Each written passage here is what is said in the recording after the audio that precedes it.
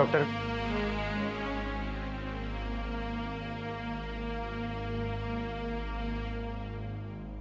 कशी आहे देव? अजून काही सुधारणा नाहीये. डॉक्टरांचे प्रयत्न सुरू आहेत,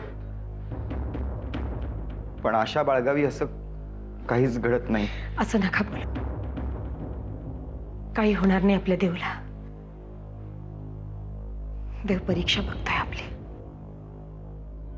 साईमांनी देवसाठी पाठवलाय हा अंगार. थांबा बहिणी, जाऊन सांगा साईमांना या अंगाराची काही गरज नाही आमच्या देवयानीला. या सगळ्या गोष्टींना आता खूप उशीर झालाय. हे जर त्यांनी वेळेस केलं असतं ना तर ही परिस्थिती ओढवली नसती देवयानीवर. खूप श्रद्धेने पाठवलाय त्यांनी. देवयानीनं सुद्धा खूप श्रद्धेने साईमांसाठी खूप गोष्टी केल्या. तेव्हा कधी विचार केला देवयानीचा? आता वेळ निघून गेल्यावर या असल्या गोष्टी करण्यात काय उपयोग आहे?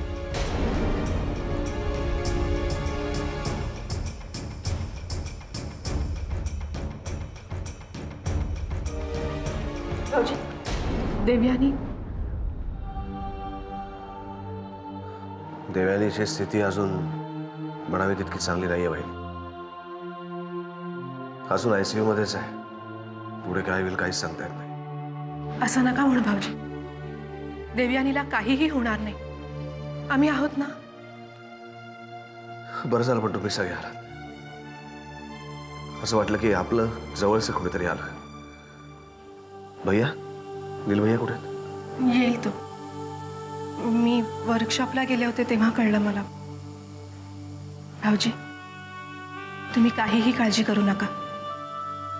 देवयानीला काही होणार नाही. माझं मन सांगतंय.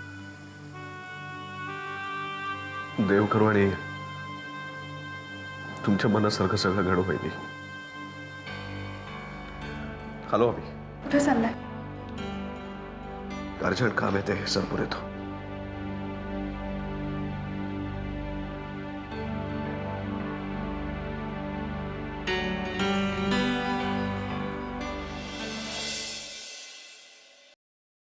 बोला भिडे.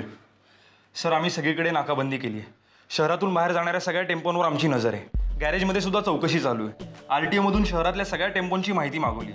पण सर, तरी एवढी इन्फॉर्मेशन मिळत नाहीये. भिडे, लवकरात लवकर काहीतरी हाती लागायलाच हवं, नाहीतर तो ड्रायव्हर शहर सोडून जाण्याची शक्यता आहे.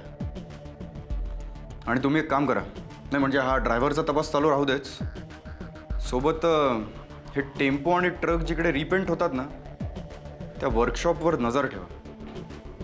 कदाचित तो ड्रायव्हर त्या टेम्पोचा रंग बदलण्याची शक्यता आहे. Okay, carry on.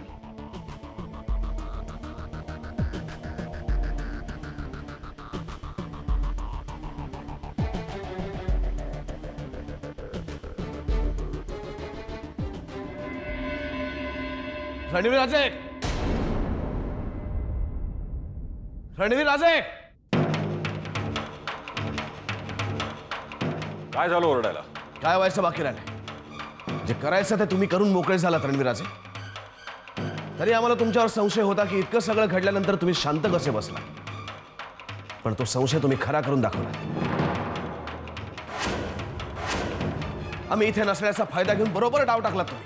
आदित्य राजे, तुम्ही भावनेच्या भरात मागचा पुढचा विचार न करता काही बडबडताय. आम्ही विचार करूनच बोलतोय रणवीर राजे. नताशाचं पितळ उघडं पडलं म्हणून तुमचा स्वाभिमान दुखावला गेला. आणि या सगळ्या गोष्टीला देवयानीला जबाबदार धरून तुम्ही तिचा ऍक्सिडेंट घडून आणला. आदित्य राजे, तुम्ही रागाच्या भरात काही बडबडताय. या गोष्टीचा आमचा काडीचाही संबंध नाही. त्यात विनाकारण गुंतवताय आम्हाला.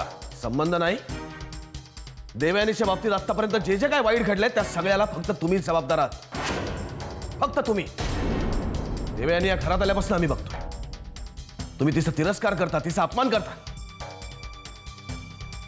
नताशा प्रकरण देवयानीने थांबवावं म्हणून तुम्ही तिला धमकी दिली आणि ती धमकी तुम्ही आज खरी करून दाखवली. आदित्य राजे, खूप झालं. खूप ऐकून घेतलं तुमचं. आम्ही देवयानीचा तिरस्कार केला, तिचा अपमानही केला. आमच्या गोष्टीत नाक खुपसू नये म्हणून तिला धमक्याही दिल्या. पण तिला मारायचा विचार कधी आमच्या मनाला शिवला देखील नाही. देवयानीला मारायचं असतं तर कधीही आणि कुठेही मारू शकलो असतो आम्ही. त्यासाठी साईमंतचा जीव धोक्यात घालायची काही गरज नव्हती आम्हाला.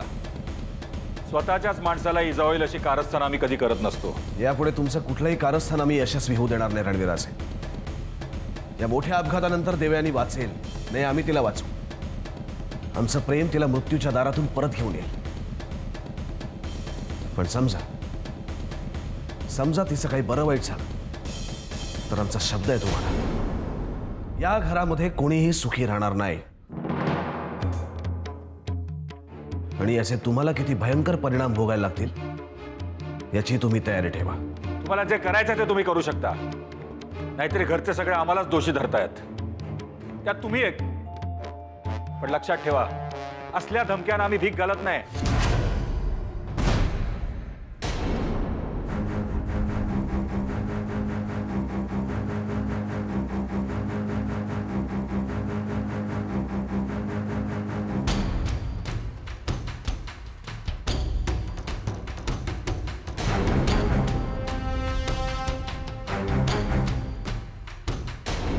हे अजून काहीच हाताला लागलेलं नाहीये. त्या टेम्पोचा सुद्धा पत्ता लागला नाहीये. सर, आम्ही ॲक्सिडेंट स्पॉटवर कसून चौकशी केली, पण म्हणावी तशी माहिती मिळेल नाही. कुठल्याच व्यक्तीला त्या ड्रायव्हरबद्दल किंवा त्या टेम्पोबद्दल काहीच माहीत नाही सर. ड्रायव्हर त्या ड्रायव्हरला आधी हातात घ्या, ताब्यात घ्या त्याला. सगळ्या आरटीओना इन्फॉर्मेशन पाठवा, सगळीकडे नाकेबंदी करा. Yes, तो ड्रायव्हर मला ताब्यात हवाय.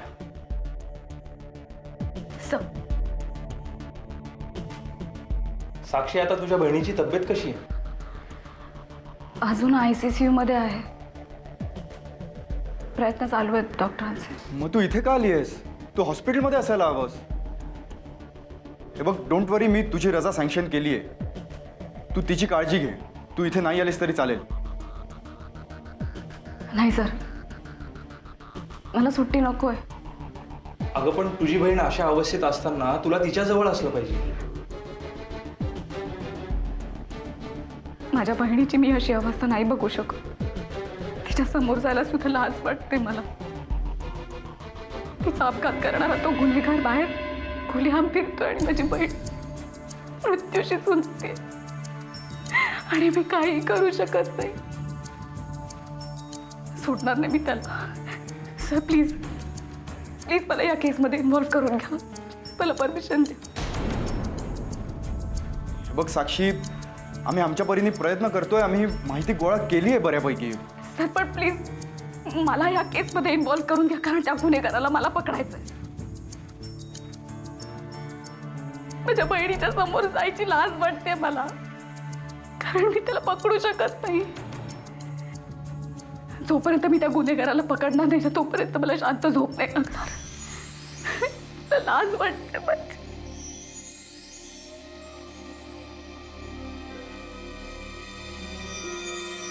साक्षी, साक्षी, तू बस, ऐक, बसून घे जरा प्लीज.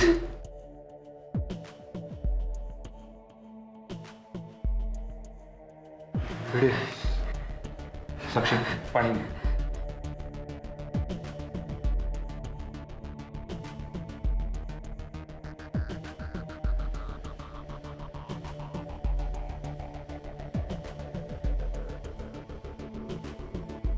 साक्षी, तुझ्या फिलिंग्ज आम्ही समजू शकतो. तुझी मनस्थिती काय असेल याचा आम्हाला अंदाज आहे. हे बघ, आम्ही आमच्या परीने पूर्ण प्रयत्न करतोच आहे आणि आपण त्या ड्रायव्हरला कुठल्याही परिस्थितीत पकडणार आहोत. आणि आम्ही नाही, तू पकडणार आहेस साक्षी त्याला. होय साक्षी, तू पकडणार आहेस त्याला. मी या केसच्या इन्व्हेस्टिगेशनमध्ये तुला इन्व्हॉल्व करतोय.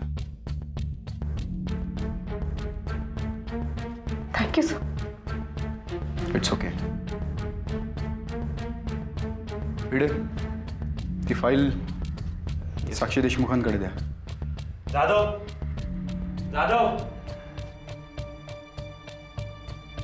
राजेश हिरके अपघाताची फाईल घेऊन ये. साक्षी, या अपघाताबद्दल आम्हाला अजून आपल्याला अजून काही कळलेलं नाही, काही क्ल्यूज नाही आहेत. राजेश शिर्केंच्या ड्रायव्हरने जेवढी काही इन्फॉर्मेशन दिलेली आहे, ती सगळी या फाईलमध्ये आहे. तू एकदा चेक कर सर.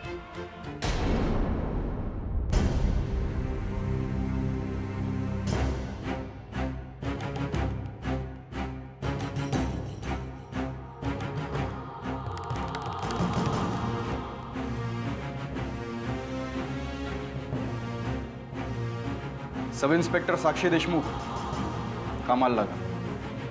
लवकरात लवकर त्या ड्रायव्हरला आपल्याला पकडायचं आहे. Yes sir.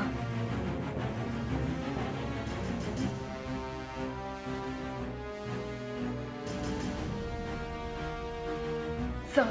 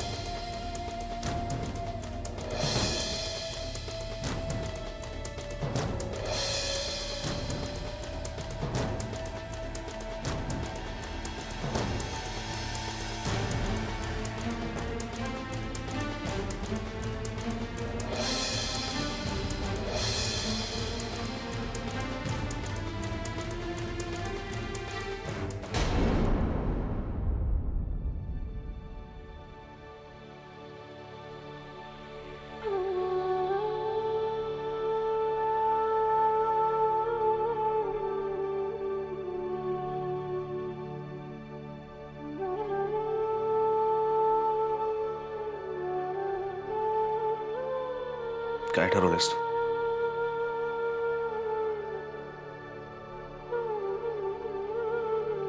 तुला बरं व्हायचं नाहीये.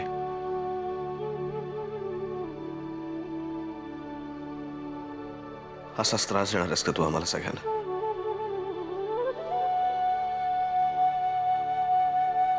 तुला या अवस्थेत बघून एकेकाचे चेहरे बघ काय झालेत. तुला असं बघून सगळ्यांना त्रास होतोय देवयानी. तुझ्या घरच्यांना आणि आपल्या घरच्यांना सुद्धा. हो, आपल्या घरच्यांना सुद्धा.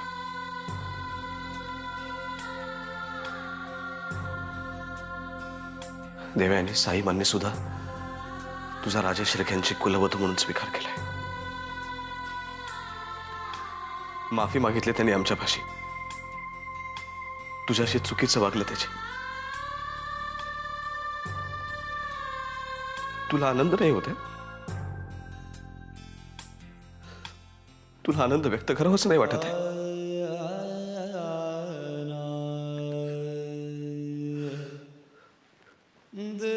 तुझी इच्छा होती ना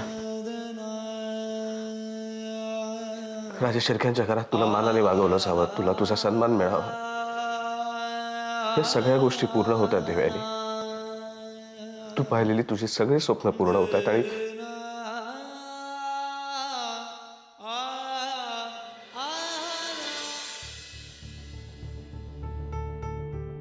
राजेश शिर्केंना तू वारस दिलायस देवयानी.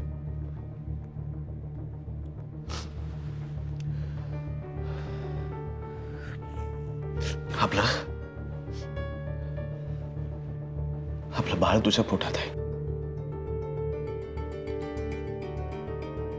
तुला आठवतंय आपण लग्न झाल्यानंतर त्या छोट्याशा घरात राहत असताना किती स्वप्न पाहिली होती.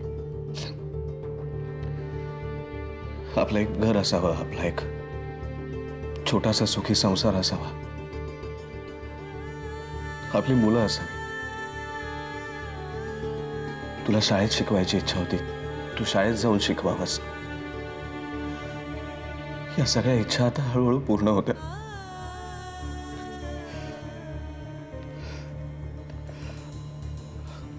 देवयानी, आम्हाला तुला आणि आमच्या बाळाला बघायचंय.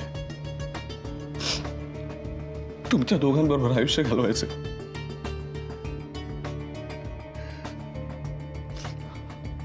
आम्हाला जगायला शिकवलंस का तू? आणि तू का अशी पडून राहतेस? या विक्रमादित्याला माणूस म्हणून जगायला स्वीकारलंस तू. विक्रमादित्याचा विक्रम बनवलास तू. आयुष्याचा अर्थ तुझ्यामुळे आम्हाला समजला. तू अर्ध्यावर टाकून तू असंच निघून जाणार आहेस. तुला काय वाटलं तुझ्याशिवाय आम्ही जगू शकतो? नाही देवयानी, तुला जर काही झालं ना तर आम्हाला सुद्धा जगायची इच्छा नाही. आम्ही सुद्धा आमचं काहीतरी बरं वाईट करून घेऊ. आणि नाही, बरं वाईट का करून घेऊ? तुला काहीच होणार नाही. आम्हाला माहिती आहे तू या सगळ्यातनं बाहेर येणार आहेस. तुला याच्यातनं बाहेर आणण्यासाठी आम्ही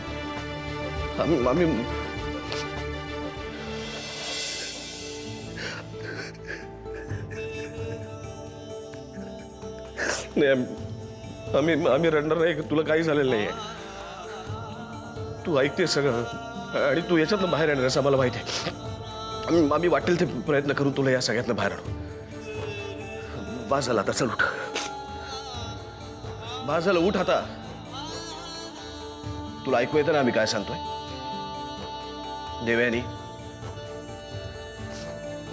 देवयानी उठ आता, बास झालं. तू ऐकणार नाहीयेस का? ऐकणार नाहीयेस तू? देवयानी तुला उठायला लागेल. तू आमच्याशी असं वागू शकत नाहीस. उठ, चल चल, बास झाला. उठ. देवयानी इकडे बघ. आम्ही काय बोलतोय तुझ्याशी. तुझ्यापर्यंत पोचतात ना त्या गोष्टी? पोचतात ना? मग तू अजून आम्हाला त्रास द्यायचा नाहीयेस. बास झाला आता. चल उठ. उठ, चल. देवयानी उठ. देवयानी उठ प्लीज.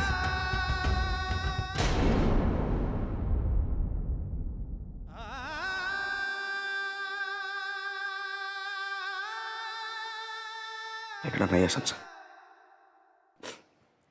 ऐकणार नाहीयेस? ठीक आहे, तुला राहायचं इथे पडून राहा. असेच पडून राहा. पण आमचा एक शब्द लक्षात ठेव. जोपर्यंत तू बरी होत नाहीस तोपर्यंत अन्नाचा एक कण सुद्धा आम्ही घेणार नाही. उपाशी बसून राहू इथेच तुझ्यापाशी. लक्षात आलं? आता तू ठरव काय करायचं.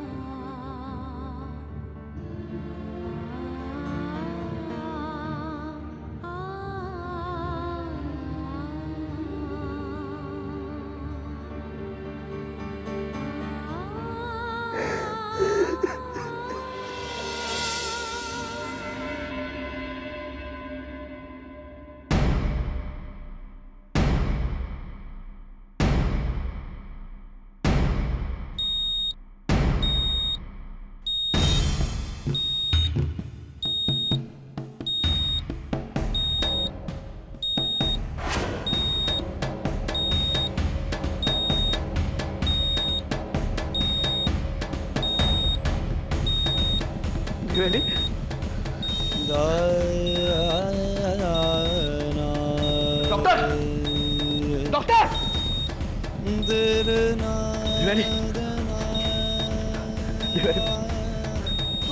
तुझ्यापर्यंत पोहोचताना आम्ही काय बोलतोय ते तू ऐकणारच ना आमचं. तू बरी होणार. डॉक्टर